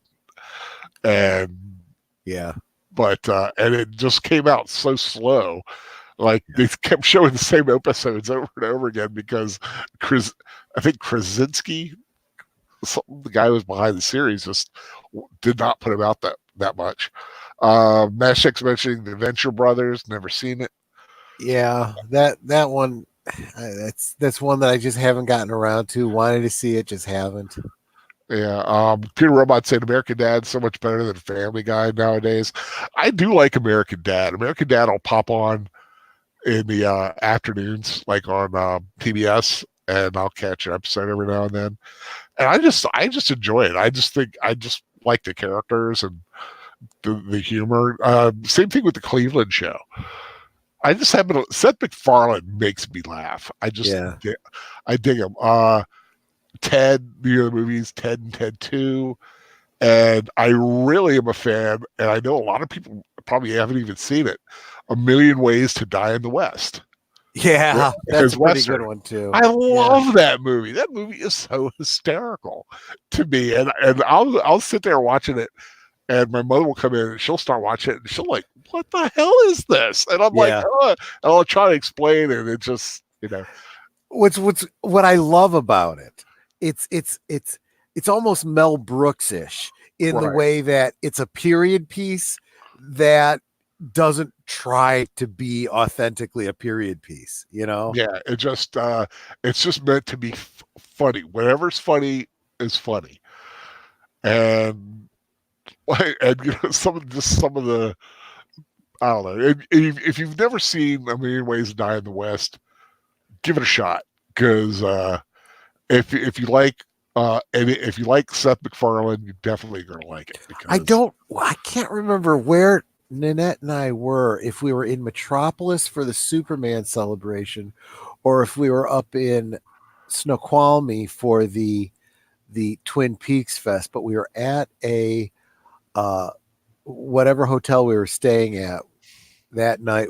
We had cable on, and A Million Ways to Die in the West was on, and we started watching it. We were kind of getting into it, and that's like, what is this? We got to see this when we get home. Can you get this movie? And I'm like, well, yeah, Seth MacFarlane. I'll look it up. I'll figure it out. Yeah. And that's how we ended up seeing it. Yeah, so I mean, Seth MacFarlane it was Metropolis. Okay, I just love his humor, and there's a lot of people that don't, and he is a very well known social justice kind of a guy. Yeah, but in his entertainment, he'll crack on everybody. Yeah, he's very even handed in his humor, which makes it so much more. Yeah, I mean, that's the way humor really needs to be. Yeah, exactly. Yeah, and he, like I say, you don't make something and just have it be one voice shouting into the wind. The best way to do it is you have a different sides and let people make up their own damn mind. Yeah. That's what's best in life. To quote Conan. It's but yeah, that good film. And Ted, of course. I mean, you got a talking teddy bear that sounds like Peter Griffin. Come on. Yeah, right that there, one right I there, see. Right there, you've sold me the movie. Plus the fact that Flash Gordon shows up in it, Sam Jones, and it's epic. Okay, I guess maybe I do have to see this movie then. Okay. Yeah, it's just bizarre. Theater of the absurd in the best way possible. But yeah, but I'm pretty much out of things to talk about. Uh, Yep. I'm pretty anybody, much at the end of my. if anybody in the chat has something they want to bring up, Although we have a lot of people really pushing us to check out Venture Brothers, I might have to look into that one. yeah, isn't that like I think I've seen it. Isn't that a little bit like Johnny Quest? Well, yeah, it's clearly meant to be in that same style, and it kind of references it. So yeah. So just watch Johnny Quest. I'm not going to say anything against but it. I mean, like in the same way that Could be really fun. Yeah. What was that? Space Ghost Coast to Coast. You Right. know, is that kind of an advancement of that original cartoon, kind of thing. Yeah, that was like one of those things. Like someone had to be smoking something. They're like, you know what, man? We're gonna take Space Ghost. Well, I think it's and like then he's gonna have like a late night show. I think people, that grew up in that era when they were kids, they were like, well, what can we do with that character now? I mean, what would be and still be kind of funny and entertaining, and sometimes you try something and it doesn't work. Sometimes you try it and it's a bigger thing than you expect. That, I think, is the biggest problem with TV and movies today. Nobody wants to take a risk and try something. It's all got to be just remakes and what they consider safe, and safe really isn't safe. Safe fails time and time again. Remember all the stuff that we love so much, like Star Wars. Star Wars was not safe. Star Wars was based on, well, it was based on a lot of things, but it wasn't a remake directly of anything. It was something new. Flash Gordon meets Akira Kurosawa meets this old spaghetti westerns. Right. Yeah, it was a little bit of everything. Yeah. And it worked. Yeah. I mean, that was the biggest shock to anybody. It worked. And God, geez. I said, you could take a story that, and remake it in a completely new fashion. I mean, even the Dirty Dozen was based on the what was it? That was a Kurosawa film too, right? I don't know. I can't remember. And Rashomon, Seven Samurai. I don't know. There's like Fortress. The Fortress. The what do you call it? That was the one that Star Wars was based on. Okay, yeah. But yeah, I mean, those kinds of stories are fairly classic, and you can retell them in completely new ways. You can set them in Shogun Japan, you can set them in the Old West, you can set them in a galaxy far, far away. It's the story, it's the characters. Or you could just take Seven Samurai and make it a Western, just call it Magnificent Seven. Right, and the Seven Samurai. Really Owen Lister, thank you so much. That's exactly what I was trying to think of. The Magnificent Seven and the Seven Samurai. Yeah. Exactly. Yeah. And the Seven Brothers meet Dracula. I'm sorry. Just throwing that out there. But yeah, I mean, it comes down to the art of telling stories. I mean, it's what Professor Geek was always talking about when he talks about his archetypes and characters and plot. That is what people care about, and the lore comes out of that. And you can't then make future movies just on the lore. If we don't care about the characters, we don't care about the lore. I want to think Wolf Ted Media, Hidden Fortress. The Hidden Fortress, right. That's the one that Star Wars is predominantly based on. Yeah. DR came up, had it too. But yeah, I mean, there's so much that can be drawn on. It doesn't have to be like I said. Although I mean, I do think there are some things out there that could be remade that are Mhm. actually like due to be remade. I'd been saying for the longest time, after having seen Battlestar Galactica and how they remade that, I wish someone would do that treatment for Buck Rogers. Yeah, Buck You know? Rogers. I would love to see another Flash Gordon that wasn't done with Yeah. $5 and an iPhone, which is what it looked like when they did it. But yeah, Buck Rogers for me, like I said, that is a franchise I really admire, Yeah. and And keep some of the elements from the Gil Gerard era, get yeah, Tweaky in there, get, New Chicago, get Dr. get Theopolis, get things like Tweaky, that. keep the Thunder Fighter, but maybe just kind of up update it a little bit like they did with the Vipers. Yeah. And then when you knew it was what you looked at it, you knew it was a Viper. Yeah. You look at a Thunder Fighter, as long as you know it's a Thunder Fighter, keep it the same. And how many people didn't know that that's what those fighters were called? They called them Starfighters, but they're actually Thunder Fighters, was the official name for those Buck Rogers ships. I always Yeah. liked this guy. I would love to get like a model or something like that of of the Buck Rogers Thunder Fighter. What were the They are Draconian? expensive. Was it the Draconian Raiders? Draconian Marauders, I believe. Marauders, thank you. Yeah, Marauder. Yeah. Yeah, God, that's a great movie and great TV series that they changed. They changed what it was all about for the second season and ruined it all. Yeah. Oh, That God. killed it. That really, really killed it. But That was a shame too.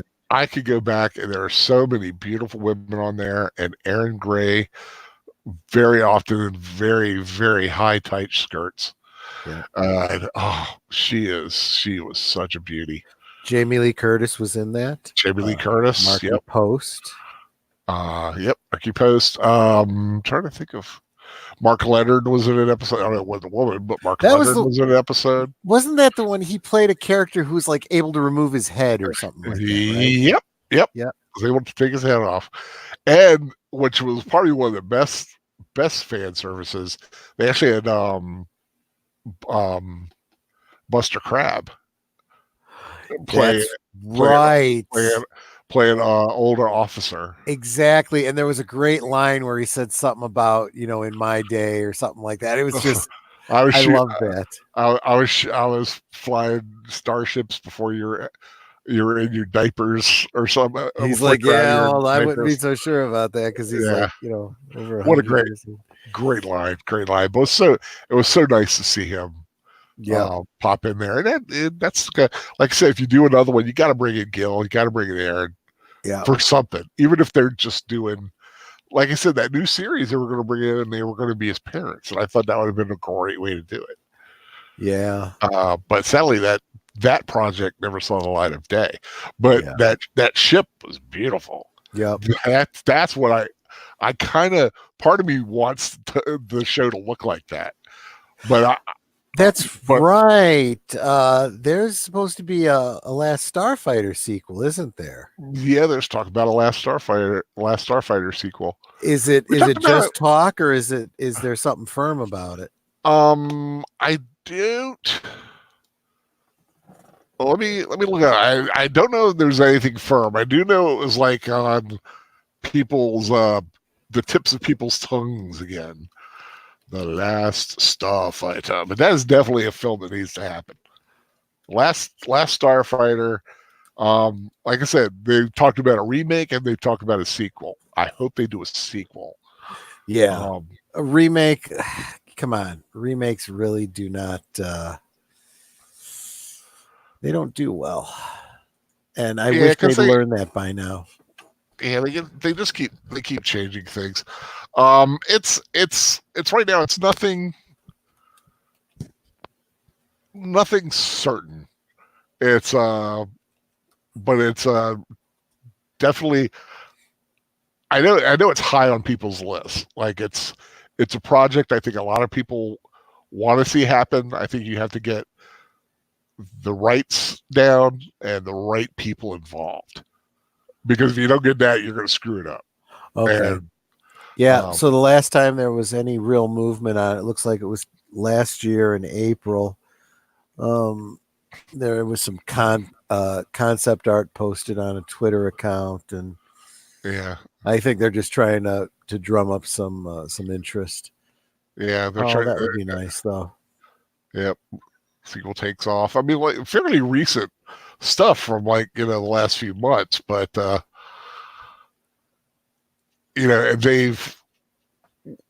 it keeps coming up and then kind of getting recycled back, like put back into mothballs, and then someone brings it out again after another year or two.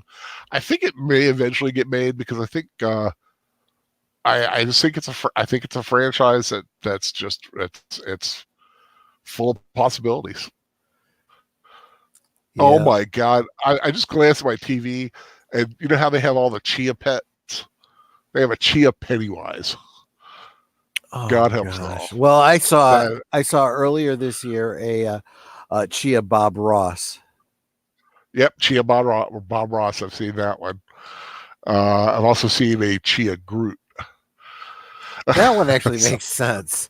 That one kind of really makes sense. But yeah, last Starfighter would definitely like to see that. Definitely, I mean, Buck Rogers. That's a universe just waiting. And there's a whole, like I said, you could take a lot from the series, but then there's a lot from its own lore that they've never really touched on, like like Black Barney and the pirates and the Mars colony. Well, and stuff that's like that. why that would be brilliant, because you could draw on both the 80s series and from the original comics and the old serials, even if it's just to homage and pastiche some of it, Yeah, it's oh my god. So what about Chia Baby Yoda? That actually makes perfect sense. I think one of the cutest things about Yoda always has been that little fluff of hair on top. Yeah, because he does. Yeah, little Baby Yoda does have like a little fluff, little buzz cut almost going on up there right now. Just a little bit of fuzz, but God, yeah. So there's a lot of properties out there to do. They just have to get on their off their high horses and make it. But other than that, damn it, we need an Alita sequel. Is what we need. Yeah, that one's getting. I can't see them not making that. It makes no sense. I hope you're absolutely right about that. I really hope that's the case. I mean, look at some of the things we've gotten sequels to. Right. It would make no sense not to. Sharknado 25. Well, I kind of like those movies. Of course you do. For exactly, I appreciate them for exactly what they're supposed to be. Luckily, that's not something that's even ever been released in the theater. But I mean, just like I said, I like a killer Bigfoot movie. So or just a Bigfoot movie. You don't have to. Bigfoot doesn't need to kill to entertain me. I'm just happy to see him. I always wanted to ask you, what did you think of Harry and the Hendersons? I liked Harry and the Hendersons. I thought it was cute. Yeah. Okay. Yeah, it was awesome. It's been a long time since I've seen it, but I remember really liking it. I thought the guy who played Harry, who was the same guy who played the Predator, by the way, for people who was it? I didn't know that. If I remember correctly, I believe it was. And he was also. Do you remember the Misfits of Science? Of course. The tall black guy who shrunk. Him. Really? Yeah, I want to say Kevin Michael Richardson, something like that. But yeah, he played Predator, and he played Harry and the Hendersons, or Harry and the Hendersons. Didn't realize that. That's pretty cool. But yeah, I like that movie. I like a sweet Bigfoot movie as much as a killer Bigfoot movie. It's just a killer Bigfoot movie. Have you seen the cartoon that's like that reverses the Bigfoot concept? It's told from the point of view of a society of big feet, and they see us as, you know, Littlefoot. Littlefoot. Yeah, Yeah. I haven't seen that one, but it does look cute. They have the one Abominable that's out as one, and what was the one that Hugh Jackman was a voice in it, and he was helping a Bigfoot out. Oh gosh, I have no idea. I can't remember what that one was called. But yeah, there are a lot out there. I'm usually more like I just watched one. If anybody follows my movie review channel, I just did one on a movie called Cherokee Creek. Yeah, I saw that. And it was a hard film. I had to think about it. It took me a while to write the review because I really wanted to do an appropriate review, because one, the movie's actually fairly decently made, but the concept, it's just so bizarre and out there. And just like I said, you begin to root for the Bigfoot to kill everybody because they are just so stupid and just dumb people that they're better off dead. Yeah. And it was kind of like, it was like Porky's meets Bachelor Party meets Bigfoot meets a killer Bigfoot. That's kind of sums it up. But it's a dumb movie, but it was kind of a lot of fun, and it's really raunchy. Like, it's nudity, and there's at one point where Bigfoot rips a guy's, off, and it gets passed around. People are like wondering what it is, and then they finally figure it out. They're like, "Oh my god, I got it!" It's that kind of humor. So you've got to be in the right mindset. You've got to be the right kind of guy to like this movie. And I'm just immature enough to do it. I'm just immature enough to do it. Missing Link. That's it. Like his Missing Link. Hugh Jackman was in it. That's the one. Thank you, DR. Yeah, I just couldn't think of it. I just couldn't think of what the name of it was. I thought about watching that one. So, but we'll see. Anyway, if anyone doesn't have anything else to bring up, I think we can probably. We don't want to go over your 2-hour limit. Don't want to go over too much of the 2 hours. Well, we'll be fine. Like I said, we're splitting the movies. We'll be fine. As long as we don't watch Gone with the Wind every other week. I was just going to say that we'd have to split that up over two weeks. Which I could, if people who know me, I love Gone with the Wind. But it was on the other night. I was watching it last Friday. It's been 80 years. It premiered last weekend. Was its 80th anniversary of its premiere. Isn't that awesome? 80 years. My mother was 7 years old when that movie came out. Wow. That's wild to think about. But yeah, I want to thank everybody for being here tonight. Like I said, if you go to see Star Wars or not, up to you. I plan to at least try to watch it when I get a chance to. Like I said, if you haven't seen Top Gun Maverick theatrical trailer, I'd be surprised. But if you haven't seen it, go watch it. Looks like a great movie. Bill and Ted's pictures are starting to come out. I would not be surprised to see a teaser or trailer for them coming out in the next couple of months. If they're coming out in August, stuff's going to happen fast for that. So I want to thank everyone for being here. Like I said, we'll probably definitely see you before Christmas. Next time I should be on is Thursday night with the professor doing Stave 3 of A Christmas Carol. Not sure what time, either 10 or 11 on Thursday night. Then Friday, Fan Man will be showing Black Christmas. Not sure the time. Keep an eye out on his Twitter feed and mine. I'll retweet it when I know. Saturday night, watching White Christmas with Troy Pacelli, and if I'm correct, next Sunday we're doing the next stave 4 of A Christmas Carol. At least stave 4, I believe. And then Monday we'll be back on The Hobbit for the 2 chapters we weren't able to get to this week because he had some stuff come up. So it's gonna be a busy week for a lot of us. Anything you want to announce before we head right out? Nope, I think you pretty much covered it. Pretty much covered it. Okay. Yep. Go with the Big Al Win computer robot. Yep. Said. Like I said, hope everyone has a great night. Well, we'll see you soon.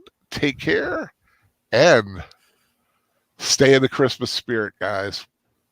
Night all.